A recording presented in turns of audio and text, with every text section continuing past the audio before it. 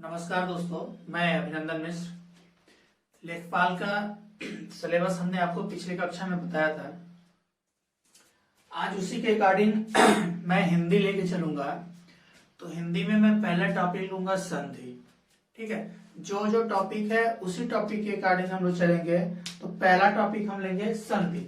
तो सबसे पहले जानेंगे कि संधि का शाब्दिक अर्थ क्या होता है। तो संधि का शाब्दिक अर्थ जो होता है वो होता है मेल। मेल मतलब जुड़ना। परिभाषा इसका होता है कि दो वर्णों का मेल, दो वर्णों को जोड़ा गया है। ठीक है, फिर संधि के प्रकार होते हैं तीन। पहला होता है स्वर संधि, दूसरा होता है व्यंजन संधि और तीसरा होता है विसर्ग संधि। ठीक है, तो आज की क्लास जो होगी वो केवल स्वर संधि पे होगी। टोटल क्या होगा? स्वर संधि पे होगा। तो हम देखेंगे कि स्वर संधि क्या है। स्वर संधि जो होता है वो दो स्वरों के मेल से बने होते हैं। स्वर संधि दो स्वरों के मेल से बने होते हैं। ये भी 5 प्रकार के होते हैं। कितने प्रकार के होते हैं? 5 प्रकार के होते हैं। ठीक है, पहला होता है दीर्घ स्वर संधि, दूसरा होता है गुण स्वर संधि, तीसरा होता है वृद्धि स्वर संधि, चौथा होता है यण स्वर संधि और पांचवा होता है अयादि स्वर संधि। देखिए, दीर्घ स्वर संधि, गुण स्वर संधि, वृद्धि स्वर संधि, यण स्वर संधि, अयादि स्वर संधि। पहला देखते हैं दीर्घ स्वर संधि। ये स्वर संधि का पहला उदाहरण है। दीर्घ स्वर संधि 5 प्रकार के होते हैं। पहला हम देखेंगे दीर्घ स्वर संधि। अब देखिए, जिनके भी बीच में, जिस शब्द के बीच में आ की मात्रा दिखे, बड़ी ई की मात्रा दिखे और बड़ा ऊ की मात्रा दिखे, उसको तुरंत आप क्या करेंगे? दीर्घ स्वर संधि कर देंगे। जैसे देखिए, बीच में क्या है? आ है। यहाँ भी क्या है? आ है। यहाँ भी क्या है? आ है। यहाँ भी क्या है? आ है। यहाँ भी आ। ये बड़ी ई की मात्रा है। यहाँ पे क्या है? बड़ी ई की मात्रा है। तो ये भी किस में जाएगा? दीर्घ में। इसका तोड़ेंगे, संधि विच्छेद करेंगे तो अभिधन इष्ट। अभी हमेशा हम लिखते हैं छोटी की मात्रा, लेकिन अभिष्ट लिखेंगे बड़ी की मात्रा। ठीक है, यहाँ देखिए नी। तो ऐसे मतलब जहां भी दिखेगा दीर्घ स्वर संधि हो जाएगा। दीर्घ स्वर संधि में क्या याद करना है? केवल बीच में आ जाए, फिर बड़ी ई आ जाए और बड़ा ऊ आ जाए। ये जहां भी आएंगे वो किस में चले जाएंगे? दीर्घ स्वर संधि में। ठीक है, एग्जाम्पल बहुत सारे हैं, आप साथ स्क्रीन ले सकते हैं। एक बार मैं पढ़ भी दे रहा हूँ। धर्मात्मा है, धर्मार्थ है, अभिष्ट है, अभिधनिष्ठ है, मुरेंद्र है, रविंद्र है, कपीस है, देखिए बड़ी की मात्रा है, गिरीश में बड़ी की मात्रा है, लक्ष्मीक्षा में बड़ी की मात्रा है, और गुरु उपदेश में देखिए बड़ा ऊ है, गुरु धन उपदेश होता है, इसका संधि विच्छेद। भानुदय में देखिए बड़ा ऊ है, फिर सुक्ति में देखिए बड़ा ऊ है, गिरीश में बड़ी ई है, वेदांत में आ की मात्रा है, यहाँ भी भूर्जा में बड़ा ऊ है, वधुत्सव में बड़ा ऊ है, वधुर्मी में बड़ा ऊ है, भानुदय में बड़ा ऊ है, नियमानुसार, नियम धन अनुसार, तो क्या हो जाएगा? ये भी दीर्घ स्वर संधि हो जाएगा। विद्यार्थी में देखो आ की मात्रा है, महाशय में आ की मात्रा है, पृथ्वी में बड़ी ई की मात्रा है। तो ऐसे शब्द अगर कहीं भी आए परीक्षा में तो आप करेंगे दीर्घ स्वर संधि। बस इतना ही ध्यान। दूसरा होता है गुण स्वर संधि। दूसरा होता है गुण स्वर संधि। इसमें देखिए, समझिएगा ध्यान से, एक मात्रा वाले या एक मात्रा से टूटने वाले शब्द।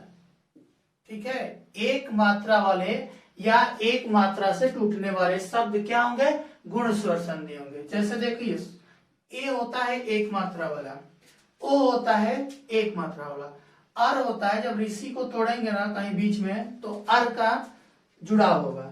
ठीक है, तो ये आपका पहचान है गुण स्वर संधि का। एक मात्रा वाले कहीं भी दिखे शब्द बीच में तो वो किसमें चला जाएगा? गुण स्वर संधि में। अब देखिए, नरेंद्र है, ध्यान से देखिएगा, नरेंद्र। नरेंद्र में ये क्या है? एक मात्रा है। नरधन इंद्र, इसका संधि विच्छेद होता है। फिर देखो, सुरेश में है एक मात्रा, देवेंद्र के बीच में वे पर क्या है? एक मात्रा।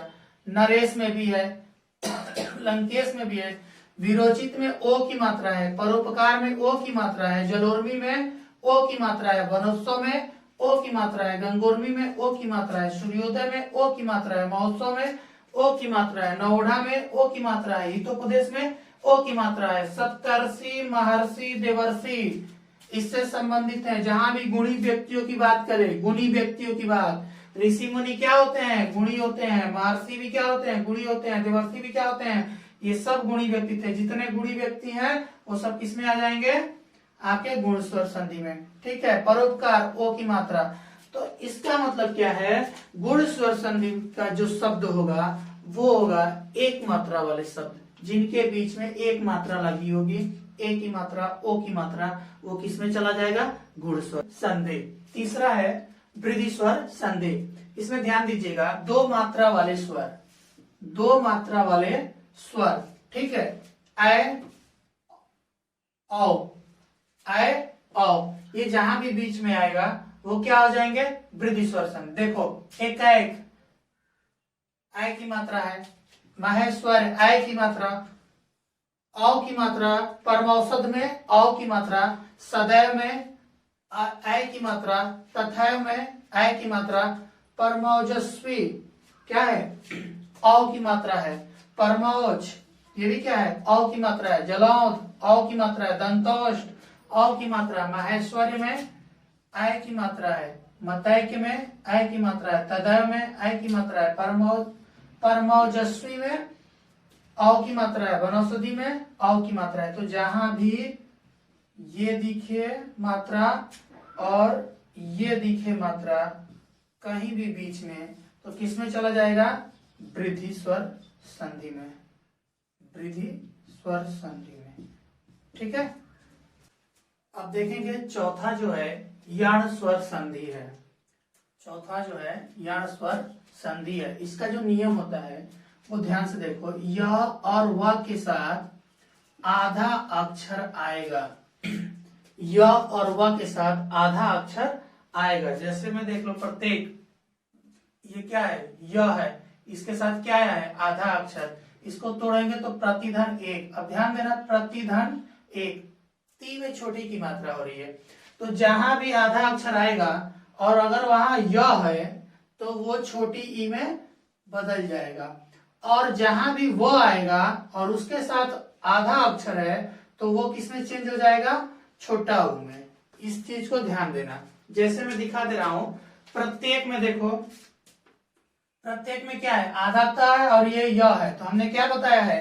य और व के साथ आधा अक्षर, य और व के साथ आधा अक्षर। देखो यहाँ पे व है, इसके साथ ये आधा अक्षर आया है, और जब तोड़ेंगे इसको, संधि विच्छेद करेंगे, तो यह जो है वो किसमें चेंज हो जाएगा? छोटी ई में। तो देखो ती की मात्रा में छोटी की मात्रा लगी है। ठीक है। फिर यहाँ देखो स्वागत में व के बाद, व के पहले क्या होगा? आधा अक्षर होगा, तो यहाँ पे आधा स है और वह किसमें चेंज हो जाएगा? छोटा ऊ में। वह किसमें चेंज होगा? छोटा ऊ में। बस यही चीज ध्यान देना है। देखो सु क्या है? छोटा ऊ है। अब देखो अत्यंत, ये क्या है? य के साथ आधा त। अत्यधिक, य के साथ आधा त। ये क्या है? अध्यक्ष, ये भी क्या है? य के साथ आधा ध। ठीक है। इत्यादि, त क्या है? छोटा है।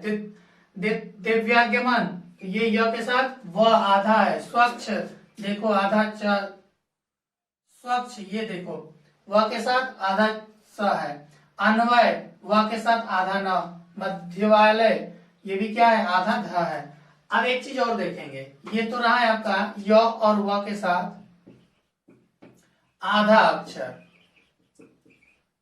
आधा अक्षर मतलब पहले आना होगा। ठीक है।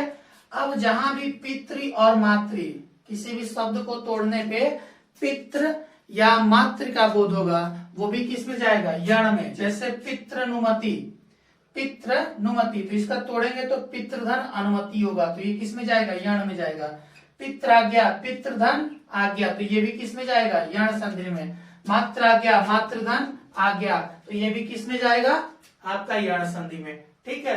यण संधि का नियम क्या है? य और व के साथ आधा अक्षर। अब तक हमने 4 बताए हैं। पांचवा है अयादि स्वर संधि। अयादि स्वर संधि का जो नियम है वो यह है कि य और व के साथ पूरा अक्षर आए, पूरा अक्षर, तब कंडीशन क्या फॉलो होगा? य जो है ए में बदल जाएगा, य जो है ए में बदल जाएगा। आ और य, कभी कभी य जो है आय में भी बदल जाएगा। व जो है ओ में बदल जाएगा, और आव का जहां भाव उद्बोधन होगा वहां औ में बदल जाएगा। हम देख लेंगे एक एग्जाम्पल, नयन है, ये क्या है, यह है, और यह के साथ पूरा अक्षर मतलब ये, और जब नयन को ये क्या होगा, यह जो है वो किस पे चला जाएगा, न पे, तो न पे जाके क्या बनाएगा, ने की मात्रा बनाएगा। तो नेधन यहाँ क्या बच गया, यह में अ बच गया, तो अन, ठीक है, नेधन अन, यही देखना है। नाइक है, नाइक, तो ये क्या हो जाएगा, नय हो जाएगा, ठीक है, नय धन इका, नायिका, ठीक। अब देखो प है, प धन वन, तो व को क्या बोला है, यहाँ पे व को बोला है किसमें चेंज हो जाएगा, ओ में, तो प पे ओ की मात्रा लगाओगे तो क्या होगा, पो धन क्या हो जाएगा, अन, पवन, ठीक है, पो धन अन, पवन। नाविका है तो नव, नय धन इक, नाविक हो जाएगा। ऐसे ही जहां जहां पूरा य और व होंगे और उसके साथ पूरा अक्षर आया होगा तो वो सब किसमें हो जाएगा, अयादी स्वर संधि में। देखो ये य है, पूरा है, और इसके बगल में पूरा अक्षर आया तो किसमें हो जाएगा, अयादी में। ये भी व है, यहाँ भी पूरा अक्षर आया है, ये भी व है, पूरा अक्षर आया है, ये भी व है, ये भी क्या है, पूरा अक्षर है, ये य है, ये भी पूरा अक्षर है, ये भी पूरा अक्षर है। तो जितने हैं भवन, पावन, पावन, पावन दो बार हो गया, सायक, ये सब क्या है, अयादी स्वर संधि है। दीर्घ स्वर संधि में आ, बड़ी ई, बड़ा ऊ, ये जहां भी बीच में दिखेगा वो क्या होगा, दीर्घ स्वर संधि। दूसरा है गुण स्वर संधि, जितने भी एक मात्राएं हैं वो सब किसमें चले जाएंगे, गुण स्वर संधि में। फिर वृद्धि स्वर संधि, वृद्धि स्वर संधि में क्या है कि जहां भी दो मात्रा वाले आएंगे शब्द वो किसमें चले जाएंगे, वृद्धि स्वर संधि में। उसके बाद है यण संधि, यण संधि कहता है कि य और व के साथ आधा अक्षर आएंगे तो वो क्या हो जाएंगे, यण संधि। अयादी स्वर संधि कहता है कि य और व के साथ पूरा अक्षर आएंगे तो वो क्या हो जाएंगे, अयादी स्वर संधि। बस इतना दिमाग में बैठा लीजिए, जो भी अपवाद होगा मैं क्लियर करा दूंगा आपको अपवाद कि इस कंडीशन में ये फॉलो नहीं करेगा, तो उसके लिए एक अलग से वीडियो डालूंगा। अभी अगला वीडियो जो होगा वो व्यंजन संधि और विसर्ग संधि का एक ही में होगा, ठीक है। तो लेखपाल की आज से शुरुआत हुई है, हम उम्मीद करते हैं कि आपको पसंद आएगा ये वीडियो, क्योंकि ट्रिकी है तो ज्यादा कवर करेगा, आपको समय कम लगेगा समझने में। तो आज के लिए इतना ही, धन्यवाद।